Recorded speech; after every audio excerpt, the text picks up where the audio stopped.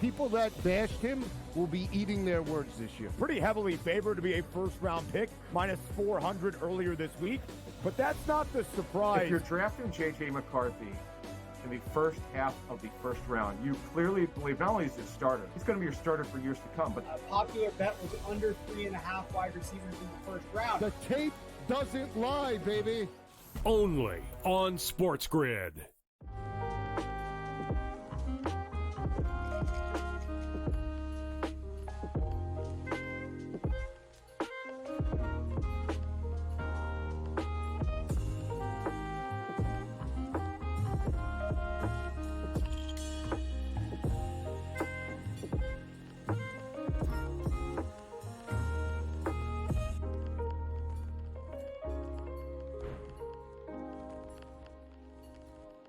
The Bostonian versus the book. You're not going to get the Tiger Woods size audience. Because do you know where they went? They went to Caitlin Clark. That's where those people went. What? Those people are now going to the WNBA. Yeah. The fan that only watches what's hot, the fan, the casual who doesn't really like sports but likes to be involved in the in thing, they're watching cooler discussion. They're watching Caitlin Clark. The Bostonian versus the book. I mean, they're still the best. They're still the champs. Everyone wants to crown the Celtics the champions, but that's not the way it works. They got to beat them. And, they got to get through the East, which isn't going to be fun to begin with. Everyone thinks it's so automatic. If it's just Boris is kind of losing his power, if whatever his tactics have been, yeah, move on. Pharrell Coast to Coast. Only on Sports.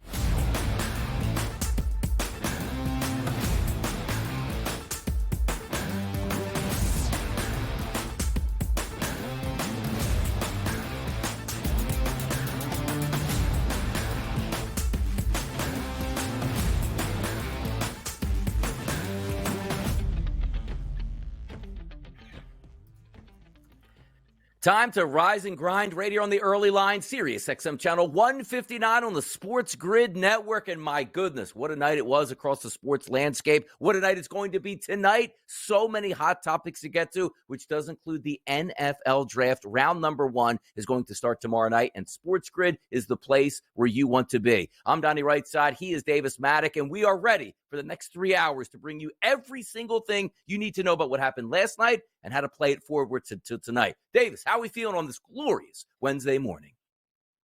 Man, I am jazzed up. We are about 34 hours away from the beginning of the 2024 NFL Draft. Look, I know we got baseball. I know we've got the Zurich Classic, NBA playoffs, NHL playoffs. But look, I'm a football nerd at heart. The thing I'm most excited for is when the real draft begins tomorrow after the Chicago Bears pick at number 1.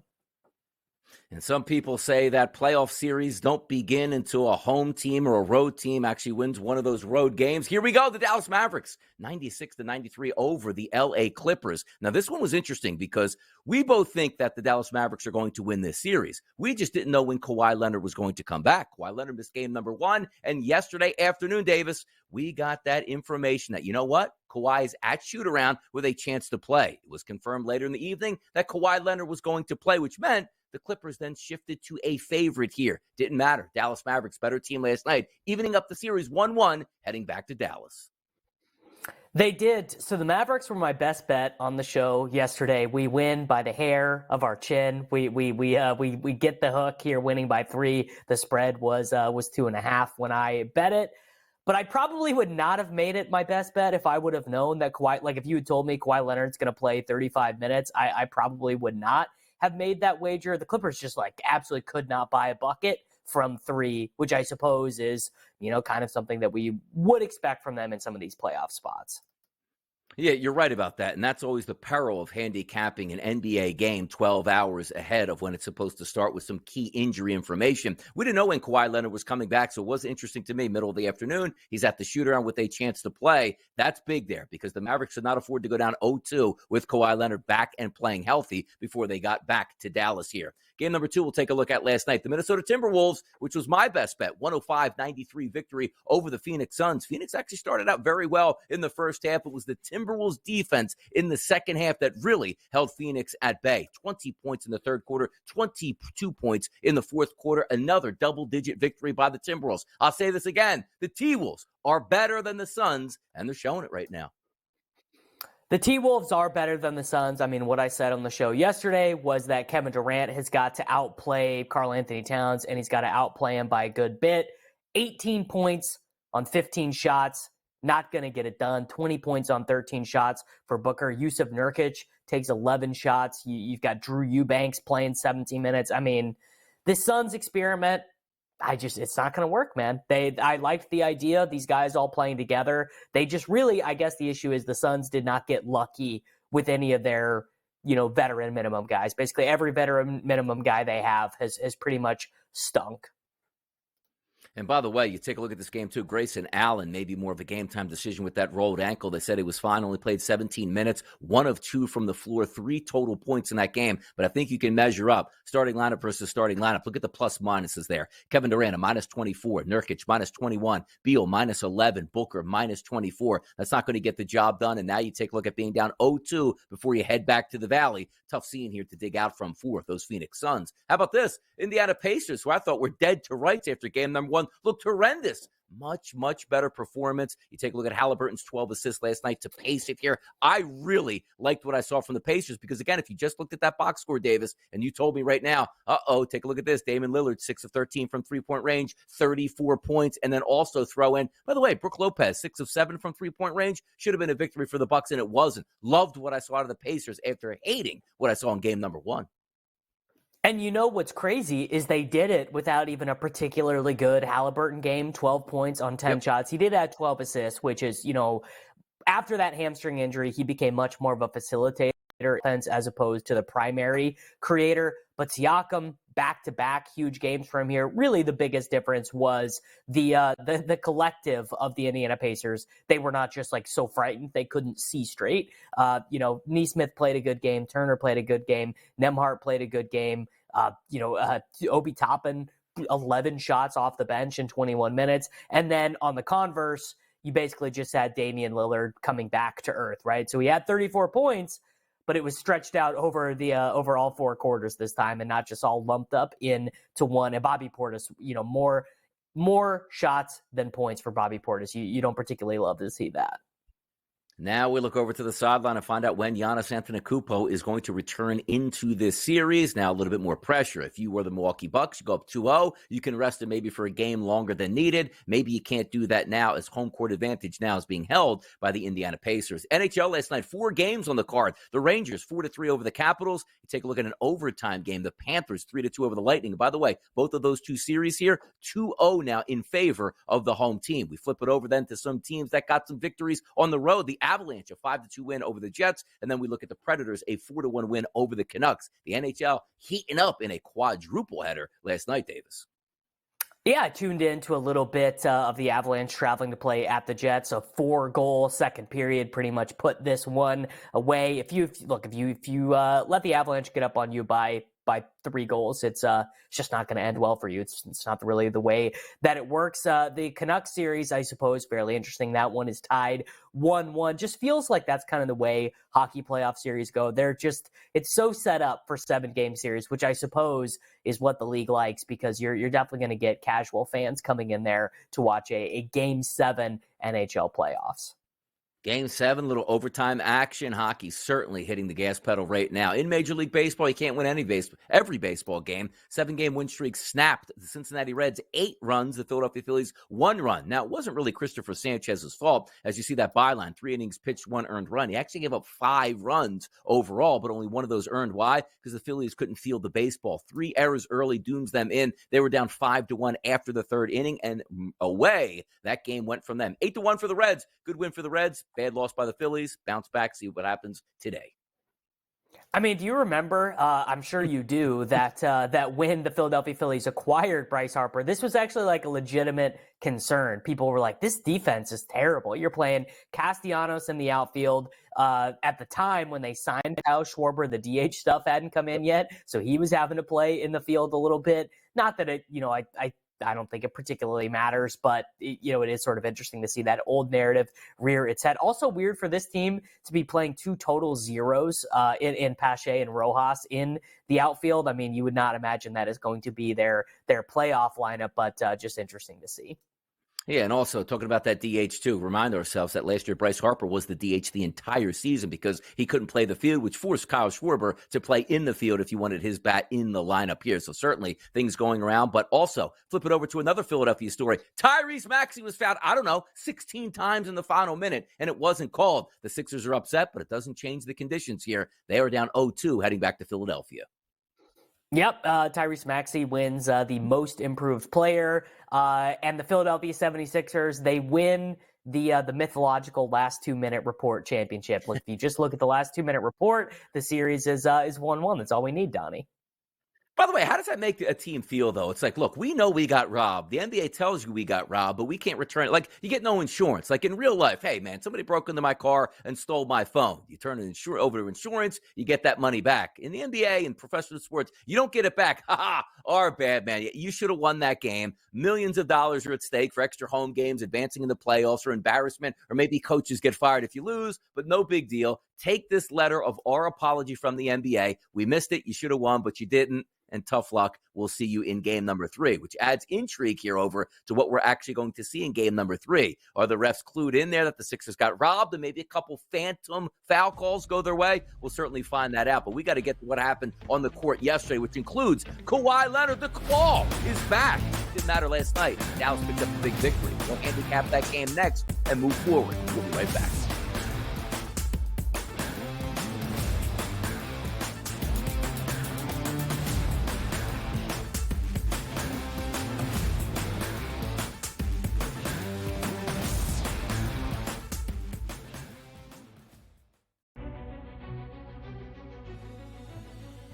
People that bashed him will be eating their words this year. Pretty heavily favored to be a first-round pick, minus 400 earlier this week. But that's not the surprise. If you're drafting J.J. McCarthy in the first half of the first round, you clearly believe not only is he a starter, he's going to be your starter for years to come. But A popular bet was under 3.5 wide receivers in the first round. The tape doesn't lie, baby. Only on SportsGrid.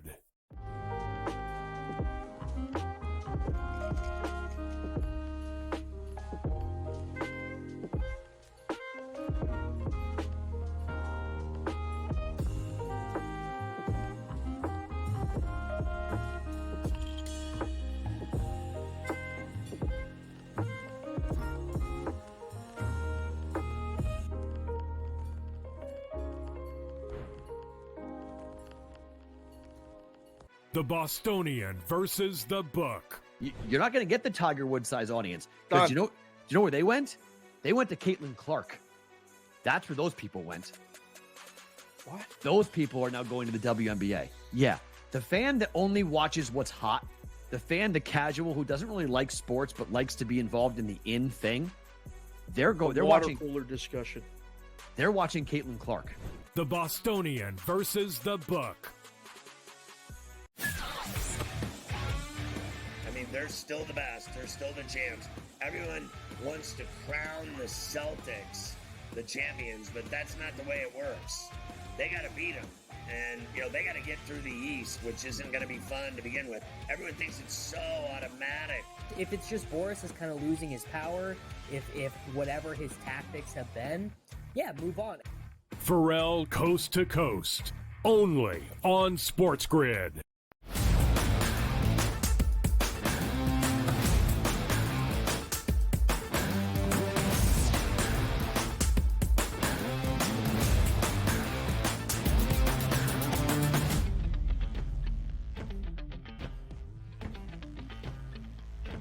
Hour number one here in full effect on the early line. Sirius XM Channel 159, SportsGrid Network. Davis Maddock, Donnie right side here, going over what happened last night in the NBA and out west in LA. Crypto.com Arena. No, it wasn't the Lakers. It was the Clippers yesterday. After a Game 1 victory where Dallas didn't play all that well, James Harden really showed up. We were waiting to see when Kawhi Leonard would come back. Wasn't any word that we were definitive that he was coming back in game number 2. But yesterday in the afternoon, we got the updates. Kawhi Leonard showed up to shoot around, which is usually a positive sign. Kawhi Leonard did play in that basketball game and played 35 minutes. Was he perfect? No. 7 of 17, goes 15 points there, 0 of 5 from three-point range. But the Dallas Mavericks got a much-needed win yesterday to tie up the series before they head back to Dallas, Davis.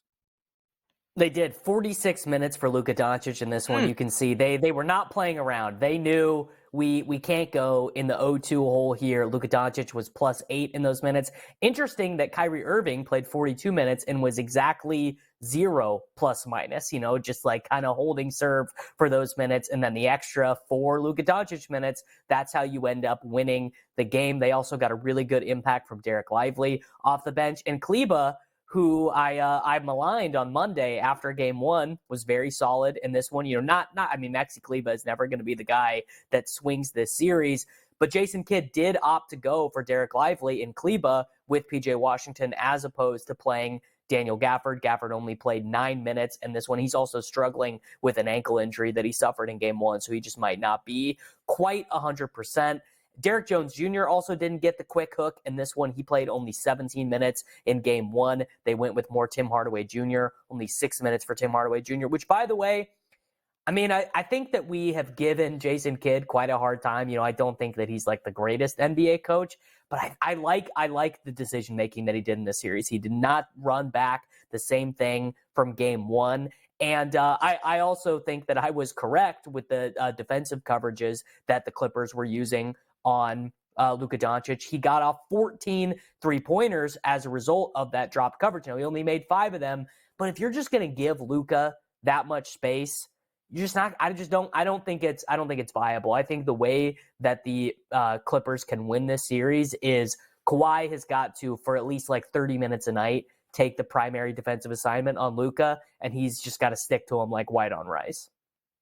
And by the way, you look at the Clippers last night and you take a look at their efficiency. It was really bad. From the floor, 32 of 87 as a team, 37%. Three-point range, they were a disaster. 8 of 30 for 26%. Got to the free throw line and converted around 81%, which is solid. But that, Dallas isn't really known for being a tough defensive team. That's just a bad effort overall. So let me ask you this question. Kawhi Leonard, which it wasn't as if, Davis, he missed like the final game of the season and then game number 1 of the playoffs. Oh, we had him just a few weeks ago. He missed a lot of time down the stretch, but playing for 35 minutes, I suppose, is a very good sign moving forward. It just looked like they were a little bit disjointed with him back into the lineup, but also moving forward in the series with Kawhi Leonard, who last night, 15.7 of 17 from the floor. What can we anticipate from Kawhi? Should we have smooth sailing from here on out, like we're not worried about the knee? Or is this something probably we're looking at a day-to-day basis, game-to-game basis? Which Kawhi Leonard are we actually going to get here?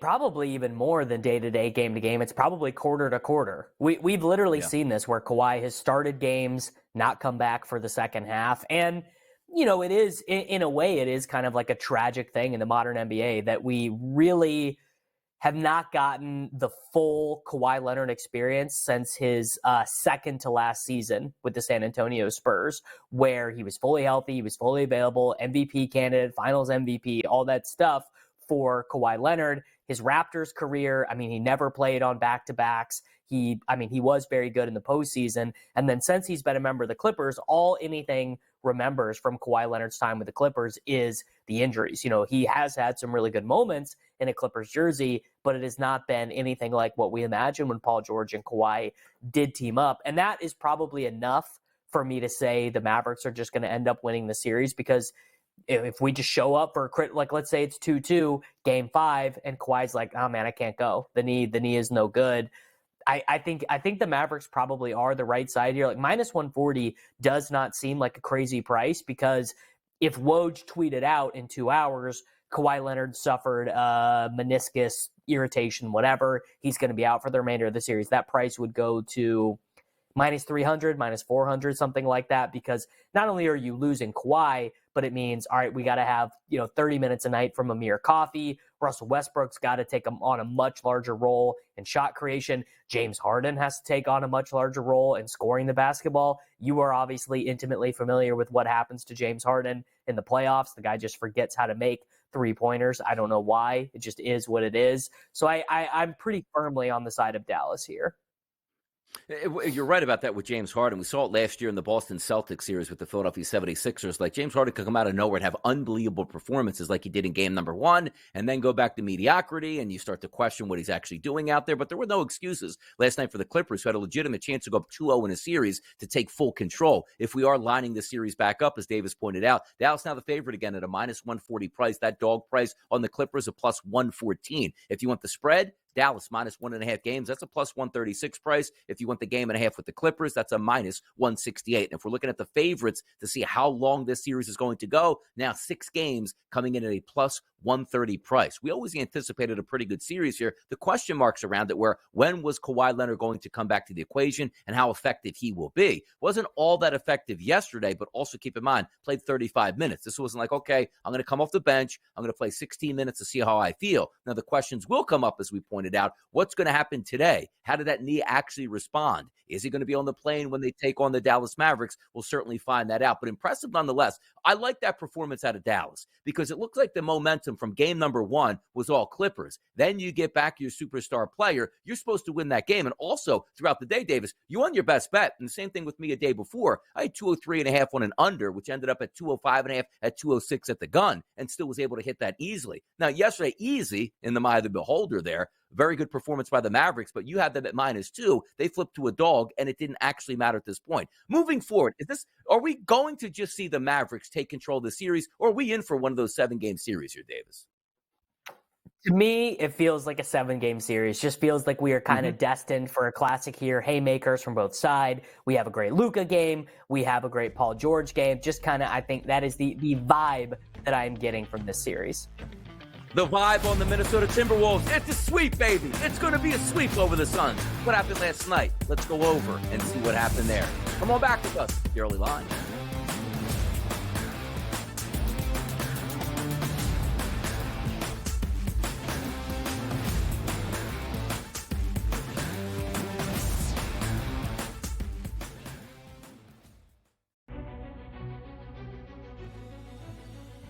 People that bashed him will be eating their words this year. Pretty heavily favored to be a first-round pick, minus 400 earlier this week.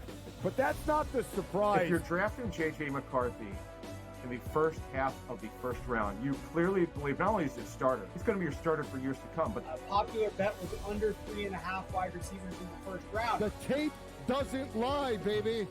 Only on SportsGrid.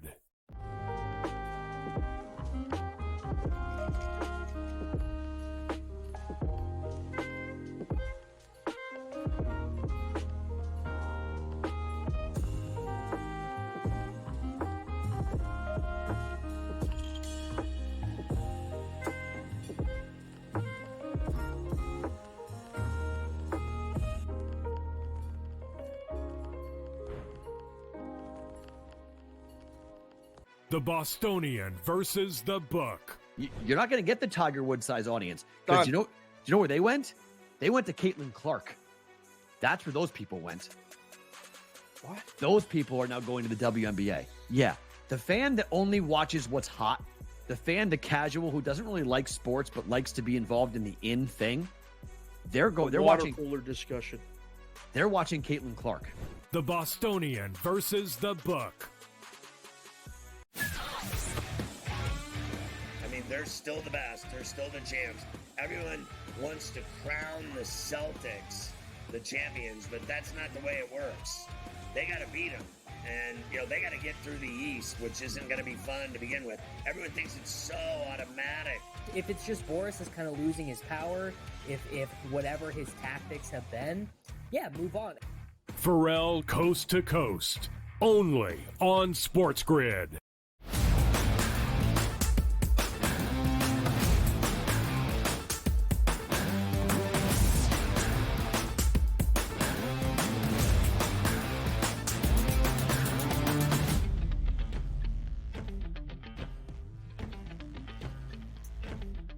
T-Wolves take that commanding 2-0 series lead over the Phoenix Suns. And again, just setting the table for the series before it began, I said to myself, it's a short little dog price, plus 114 for the Minnesota Timberwolves to win this round against the Phoenix Suns. I thought it would be a very entertaining matchup, and it still could be. We still could get to 6 or 7 games. Once you get on your home court, you tend to play a little bit better. Everybody knows this. But the T-Wolves last night, 105-93 victory over the Suns. And again, the Suns not being able to reach 100 points in a game is a direct derivative of the Minnesota Timberwolves playing very good defense. But at the same time, you still have to show up and be a little bit more productive. Davis, you take a look at the Phoenix Suns starting lineup last night, particularly the big three. Kevin Durant, 6 of 15, not good enough. Bradley Beal, 6 of 17, not good enough. Devin Booker, 6 of 13, not good enough. 20 points, 14 points, and 18 points for the big three. That's why he lost that game by double digits last night. Well, they lost this game by double digits because the functioning thesis for the Phoenix Suns is that Kevin Durant's got to be the best player in any given series, and Devin Booker has to score 29 points on, 17 shots, more or less.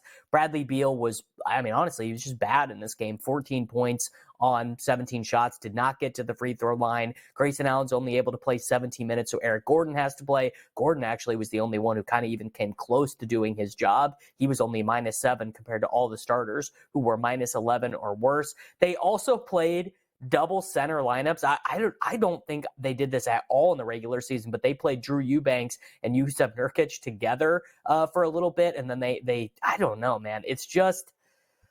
It's not great. It's not great for the Phoenix Suns. They are one of the most expensive teams in the NBA. They've got no picks, right? Not only do they not have their first-round picks, remember, they traded 5 second-rounders for Bradley Beal. You got 36-year-old Kevin Durant. You got 32-year-old Bradley Beal.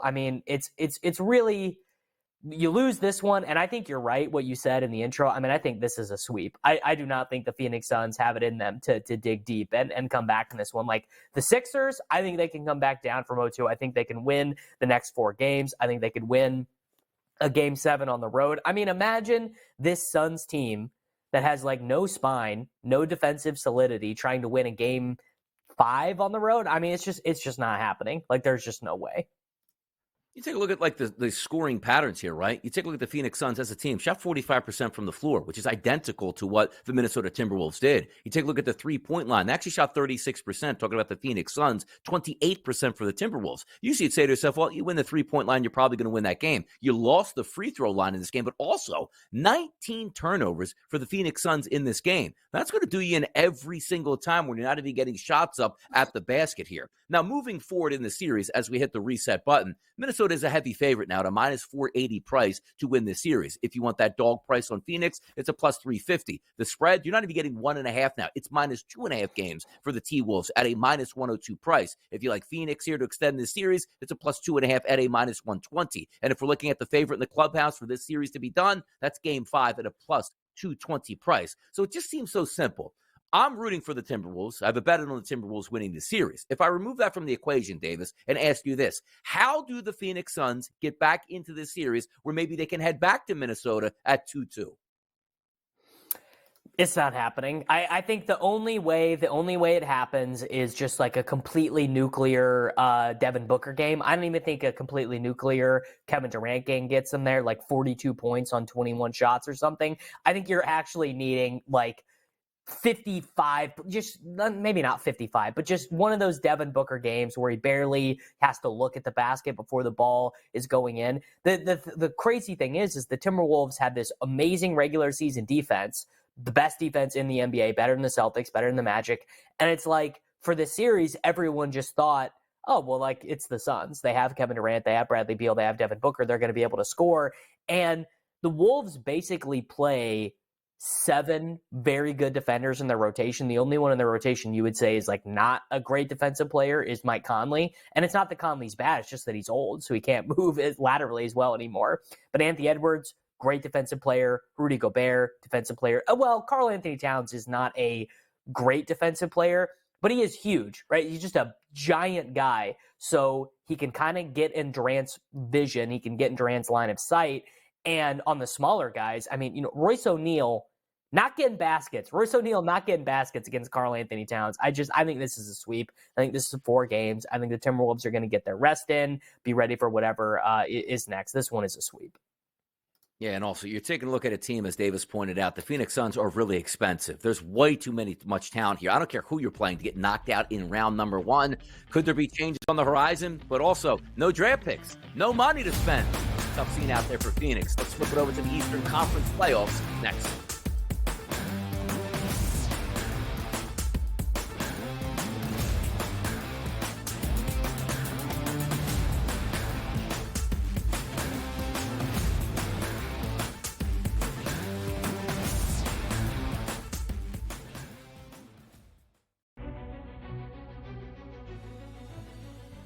People that bashed him will be eating their words this year. Pretty heavily favored to be a first-round pick, minus 400 earlier this week. But that's not the surprise. If you're drafting J.J. McCarthy in the first half of the first round, you clearly believe not only is he a starter, he's going to be your starter for years to come. But A popular bet was under 3.5 wide receivers in the first round. The tape doesn't lie, baby. Only on SportsGrid.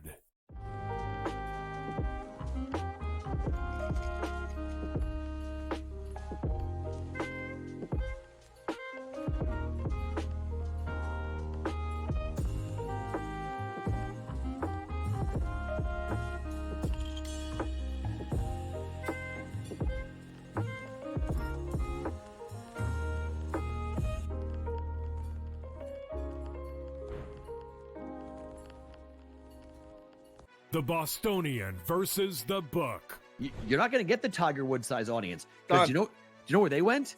They went to Caitlin Clark. That's where those people went. What? Those people are now going to the WNBA. Yeah.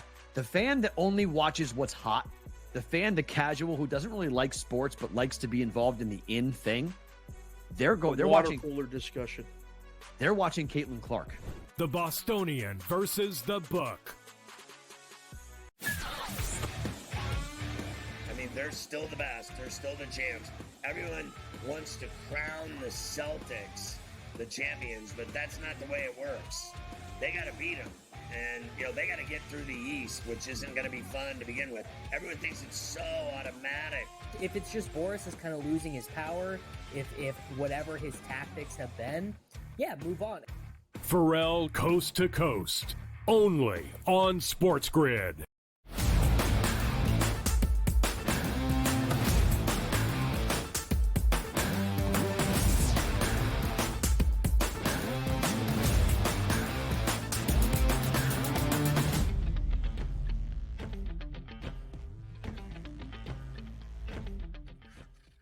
NBA was cooking yesterday with a triple header. Did you watch? Did you enjoy? Did you make some money? Did you have fun? And oh, yes. How about this finish yesterday? Indiana Pacers, 125, Bucks, 108. It's Davis and Donnie in the morning. Sirius XM Channel 159, SportsGrid Network. What happened last night to the Bucks? Where was all that joy from game number 1? Dame Lillard showed up in this basketball game, but the one thing we weren't sure of is, can Pascal Siakam continue to be a dominant force at the power forward position for the Pacers? He was again yesterday, Davis. 37 minutes played, 16 of 23 from the floor, 11 rebounds, 6 assists. 37 points total. He was the star of the game, and the Pacers won easily by double digits. Yeah, I mean, I think a fair amount of people sort of looked askance at the Indiana Pacers when they traded 3 first-round picks and three lottery protected to some degree first-round picks for Pascal Siakam. Like, oh, this is a young team. They really only have one star. Is Pascal Siakam really a second star? He's a little bit, he actually not a little bit older. He's almost 30. I mean, I think that the Bucks got that really awesome game 1 win because of emotion, because the Pacers were scared. I mean, it was the first playoff game for a lot of these guys, first playoff game for Nembhard, first playoff game for all the guys on the bench other than TJ McConnell, first playoff game for Tyrese Halliburton. Siakam was really the only one with any experience. And it sounds so trite, right? This is such a TV talking head thing to lean on the experience, but playoff basketball is markedly different from regular season basketball. One, the pace does slow down. I mean, that is just proven. It's not a ton, right? But the average number of possessions in a game does go down in the postseason versus the regular season. Foul rates go down historically as well. Now, we know that in the regular season, the NBA did this switch to have foul rates go down anyway, but they've been down even more in the playoffs. We saw great evidence of that in your Knicks 76ers game, where basically the refs are just like, we are swallowing the whistle. You really have to be fouled in the act of shooting to get the call. You can't, Trae Young can't just go get in the lane and get, breathed on and get a foul call. I think that was a big part of Indiana's regular season offense. But, no one on the Pacers other than Bobby Portis played particularly bad, I don't think. I mean, 34, 5-4 from Damian Lillard is like a pretty fine game. He went 6 of 13 from three-point range. I suppose if you wanted a limiting factor, it would be that the Bucks only did take 32 three-pointers. I think most of the time they'd like to be close to like 40, 42 three-pointers. Not a ton of turnovers from Indiana, only 5 turnovers. That is probably the secret ingredient here. They just were able to get into their sets. And look, I said this on the show yesterday. This is a team that is going to go as far as Giannis can take them. So Giannis is like every key ingredient here. He's the baking soda. He's the flour. Mm-hmm. He's the yeast. He just makes it all work for the Milwaukee Bucks. And Chris Middleton had to leave this game with an injury for a little bit and come back. He was -10. Like, the Bucks are just not winning playoff basketball games without Giannis. It's just not going to happen. Pacers pacing themselves yesterday. How about this, Davis? 30 in the first quarter, 30 in the second quarter, 32 in the third quarter, 33 in the fourth quarter. They won every single quarter against the Milwaukee Bucks, so wire-to-wire victory for them. And also, they didn't get to the free throw line that much, only 9 of 14, but it didn't matter. They shot 56% as a team, going 50 of 90 from the floor, which included 44% from three-point range, 16 of 36. If you're looking again, Siakam was tremendous, but look at the starting lineup. 37 points, 11 points, 22, 20, and 12. They did really some good damage here. And Toppin had 21 minutes off the bench, adding 9 points there. Now, the questions here are going to start to pop up with the Milwaukee Bucks. They got the 1-1 series split, which is like, well, Donnie, what are you talking about? They're the home team. You hope to go 2-0. Not necessarily for me, because we thought probably the Pacers overall were the better team in the regular season, going up against Giannis and the Bucks. And also that game number 1, sort of like, man, I don't know what the Pacers were doing, just not ready for prime time. But they really got back into gear and now have settled in as the favorite in the series. If we're looking here, it's a slight one. -115 price if you like the Pacers to win the series. If you're going with the Bucks, that's a -105. Actually, excuse me. I read that backwards here. I thought the Indiana was the favorite here, but no. Milwaukee is the -115 price, which let me just stick on that for a second. Is that just we're expecting Giannis Antetokounmpo to come back and be the dominating factor in the series? Because the Pacers, to me, slight favorite coming in, say what you will, moving forward to game number 3 at home, 1-1. I like that scenario. But is it just Giannis here, Davis?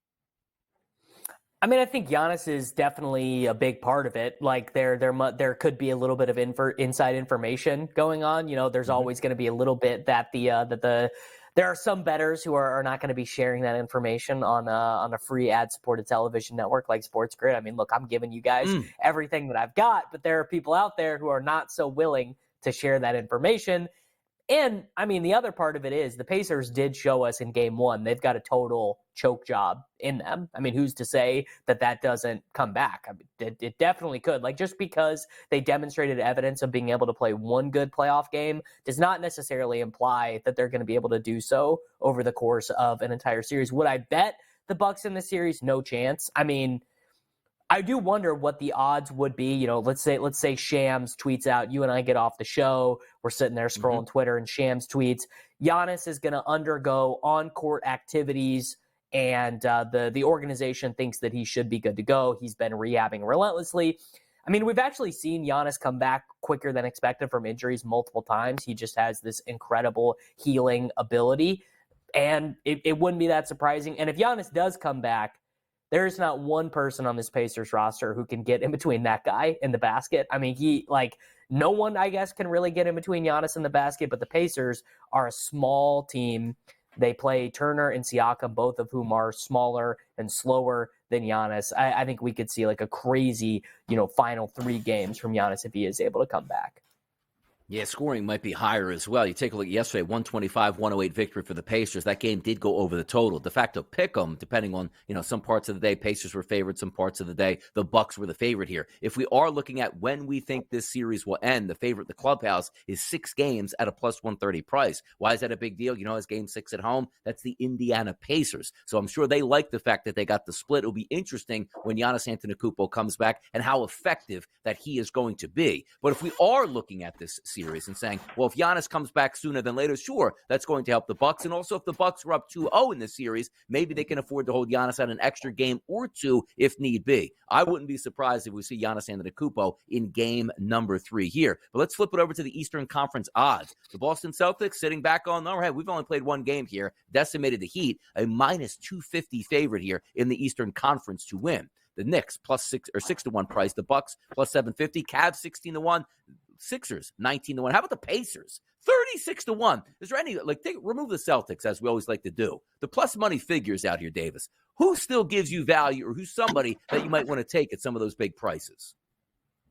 Your Philadelphia 76ers, no question about it. I think the 76ers, again, I said it yesterday, they've totally got what it takes to come back in the series. Obviously, I don't think they can come back from going down 0-3. That would pretty much be a death knell. But if they win the next one, then you've got, Joel Embiid. Joel Embiid will have 3 days rest by the next time they play. I think this being a round 1 series and not a round 2 or round 3 series where it's every other day, big advantage because Embiid seems healthy. But remember, this was a knee injury. This was not a hand injury. This was not a head injury. The dude's conditioning is not at its peak, right? It's not at 100%. So 3 days rest, I think, is going to be strong for him there. And if the 76ers win this series, I bet they actually leapfrog every other team and they end up second in the odds. And the Celtics would be favored over the 76ers in a series, but they wouldn't be favored by minus 250, I don't think. If you get a Celtics 76ers series, I bet it's closer to minus 180 for the Boston Celtics there. So I think your 76ers are not a terrible bet here.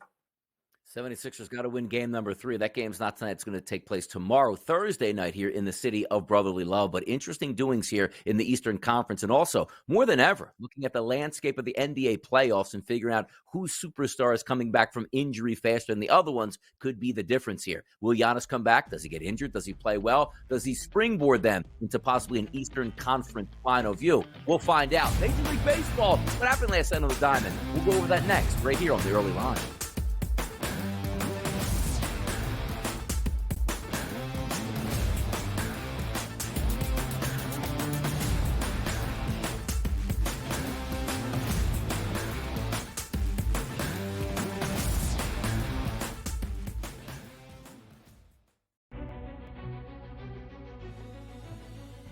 People that bashed him will be eating their words this year. Pretty heavily favored to be a first-round pick, minus 400 earlier this week. But that's not the surprise. If you're drafting J.J. McCarthy in the first half of the first round, you clearly believe not only is he a starter, he's going to be your starter for years to come. But a popular bet was under 3.5 wide receivers in the first round. The tape doesn't lie, baby. Only on SportsGrid.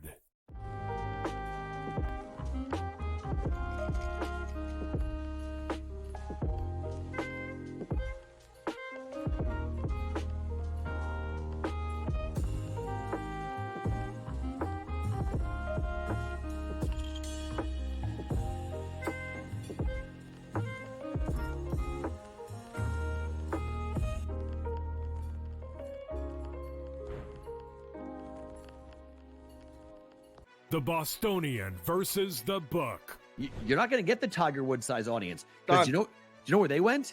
They went to Caitlin Clark. That's where those people went. What? Those people are now going to the WNBA. Yeah. The fan that only watches what's hot, the casual who doesn't really like sports but likes to be involved in the in thing, they're watching cooler discussion.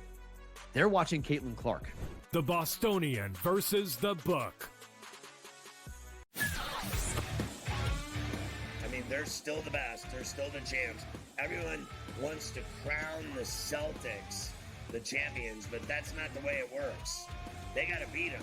And, they got to get through the East, which isn't going to be fun to begin with. Everyone thinks it's so automatic if it's just Boris is kind of losing his power, if whatever his tactics have been, yeah, move on.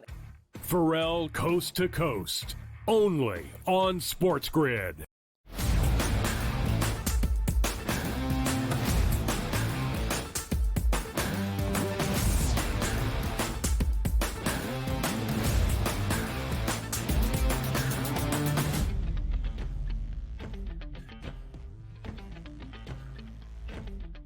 What happened on the diamond yesterday? Well, you're going to find out. And if you were a Cincinnati Reds backer yesterday, you were overjoyed with an 8-1 victory over the Philadelphia Phillies. Now, the Philadelphia Phillies, Davis, coming into that game, had the longest win streak in Major League Baseball. It was 7 games, and it snapped here in an easy win by the Reds. And quite frankly, I did have an RBI prop in this game. It was Alec Bohm. He gets the RBI in the first inning. Look at this. The Phillies are going to be on their way to win number 8. Well, 8 unearned runs by the Cincinnati Reds told a different story here. Easy win for the Reds. Phillies just don't play all that well in the field, committing 3 errors early in that game, and that was all she wrote. This game was over quick, 8-1 final. Reds pick up the dub. Look, you're not going to win very many games when you let Santiago Espinal hit home runs off of you. I was just deriding Mr. Espinal on the show yesterday. Like, True. Oh, the Reds have all these great young hitters. And somehow they still have him playing every single day. Christian Encarnacion Strand was also very good yesterday. And how about the combo meal from Ellie De La Cruz with the home run and the stolen base? He only struck out once yesterday, but also took a walk. What are we doing here, Cincinnati? I mean, let's go ahead and move De La Cruz up. Let's have him leading off. I can't, when I'm making my bets and doing daily fantasy contests every single day, I don't want to deal with Ellie De La Cruz batting 6. Just like, let's fix it. Let's get him up to the leadoff spot here for the Phillies. I mean, what do you want? Like, it's just these games happen. It's a comedy of errors, not serious. They're 15-9. You're not always expecting to win the starts with your 4th and 5th starting pitchers anyways. And look, you're a Phillies fan. You got to be feeling pretty good about the way things are shaping up with the pitching injuries for the Atlanta Braves. Exactly. And also, the Phillies pitching has been very good. That starting lineup has been amazing. Who's ever pitching on a night-to-night basis. And also, can't really blame Sanchez yesterday. If you're not going to field the baseball and give extra outs eventually, it's going to come back to haunt you, and it did yesterday. Also, keeping in mind, Bryce Harper's been out on paternity leave this week. I do believe he's back tomorrow. But take a look at the Philadelphia Phillies on the season itself. 15-9, which is usually an anomaly. And by the way, I think I saw a statistic where it's been like 50 or 60 years since the Philadelphia Phillies opened up with a 7-game win streak in the month of April, which lets you know everything you need to know about the Phillies and their slow starts historically on the season. But they do sit at 15-9, run differential plus 11. To win the NL East, a plus 370 price. The NL pennant is at a 7-1 price, which currently has the Dodgers at a plus 165 price, followed by the Braves at plus 220, and then the Phillies there at a 7-1. We look at the Dodgers, who I don't think are playing great baseball just yet, but obviously over the length of the summer, they're going to do a lot of damage and win a lot of games. The Atlanta Braves, it almost doesn't seem like right now, Davis, they even care who's pitching. They're still winning baseball games, and the Atlanta Braves front office is going to springboard something. It's like, man, how did they get that guy for that price? And oh yeah, it works out like an absolute charm. So many times we see other franchises make moves at the deadline that don't help their teams out at all. That's not usually the case for the Braves. So in those pennant odds here, 7-1 price on the Phillies, 17-1 on the Cubs. Is it still between Dodgers, Braves, and Phillies, or anybody else that you might have on the mind there? I don't really know if there's any other team in the National League that can match those teams. The Braves, the Phillies, and the Dodgers are far and away the best teams here. I mean, maybe if the Padres reverse course and go back into being buyers the way they were the last 2 seasons, I mean, they do have the top-end talent.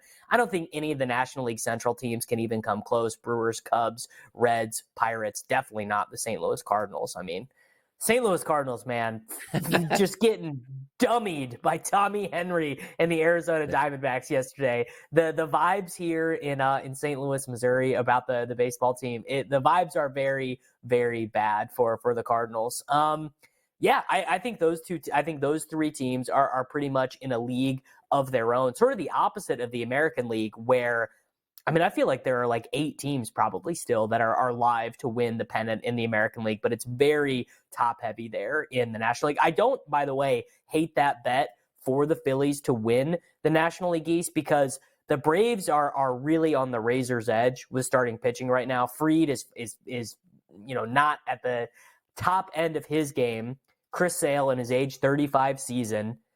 You know, how many games are we getting 15? Are we getting 20 out of Chris Sale? I think that's on the higher end range of outcomes. You've got Charlie Morton in his age 40 season, Strider on the IL, and then just like a bunch of guys, you know, Aaron Getty, Darius Vines.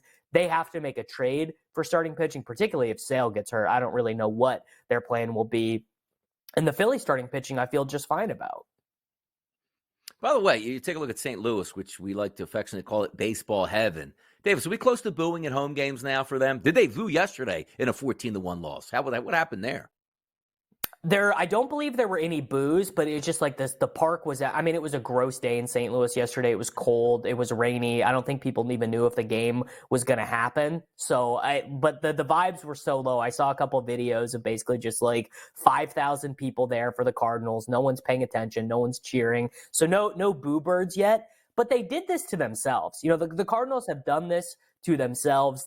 For their organizational philosophy was just like they didn't teach their pitchers at the minor league level to aim for strikeouts. They were a pitch to contact organization. And as the math started to shift and as the game changed, the Cardinals have been a really slow organization to react to that. They also are not huge spenders in free agency. They've given up on all these amazing young outfield prospects too early. You know, the list of outfield prospects who've been traded by the Cardinals and had major moments for other organizations, it's like too long to list, obviously headlined by Randy Arozarena. But it's bad. And you know, it's such a baseball city that like the gate receipts and everything are going to be fine. I don't think this is an Oakland A's situation, but they got to do something because the current 40-man roster is not good enough.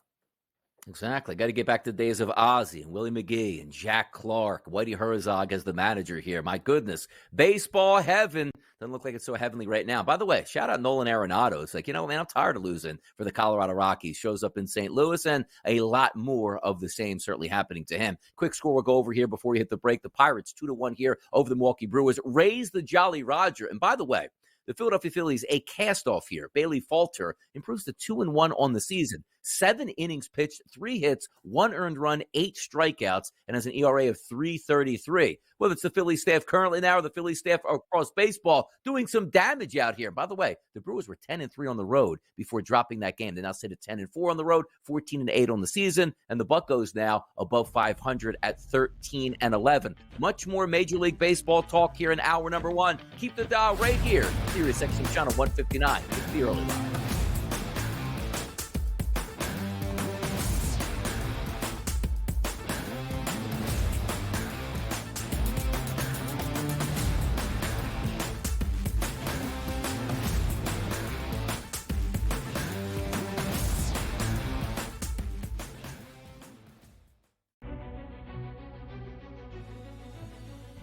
People that bashed him will be eating their words this year. Pretty heavily favored to be a first-round pick, minus 400 earlier this week.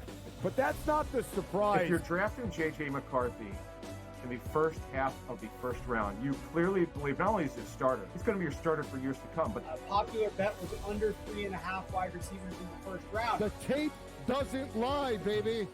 Only on SportsGrid.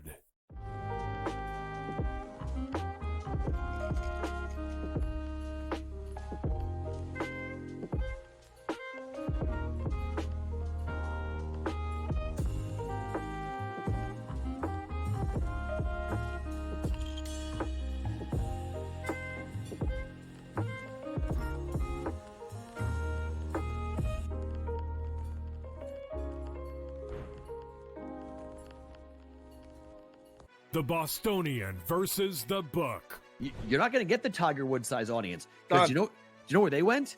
They went to Caitlin Clark. That's where those people went. What? Those people are now going to the WNBA. Yeah. The fan that only watches what's hot, the casual who doesn't really like sports but likes to be involved in the in thing, they're watching cooler discussion. They're watching Caitlin Clark. The Bostonian versus the Book. I mean, they're still the best. They're still the champs. Everyone wants to crown the Celtics the champions, but that's not the way it works. They got to beat them. And, they got to get through the East, which isn't going to be fun to begin with. Everyone thinks it's so automatic. If it's just Boris is kind of losing his power, if whatever his tactics have been, yeah, move on. Pharrell Coast to Coast, only on SportsGrid.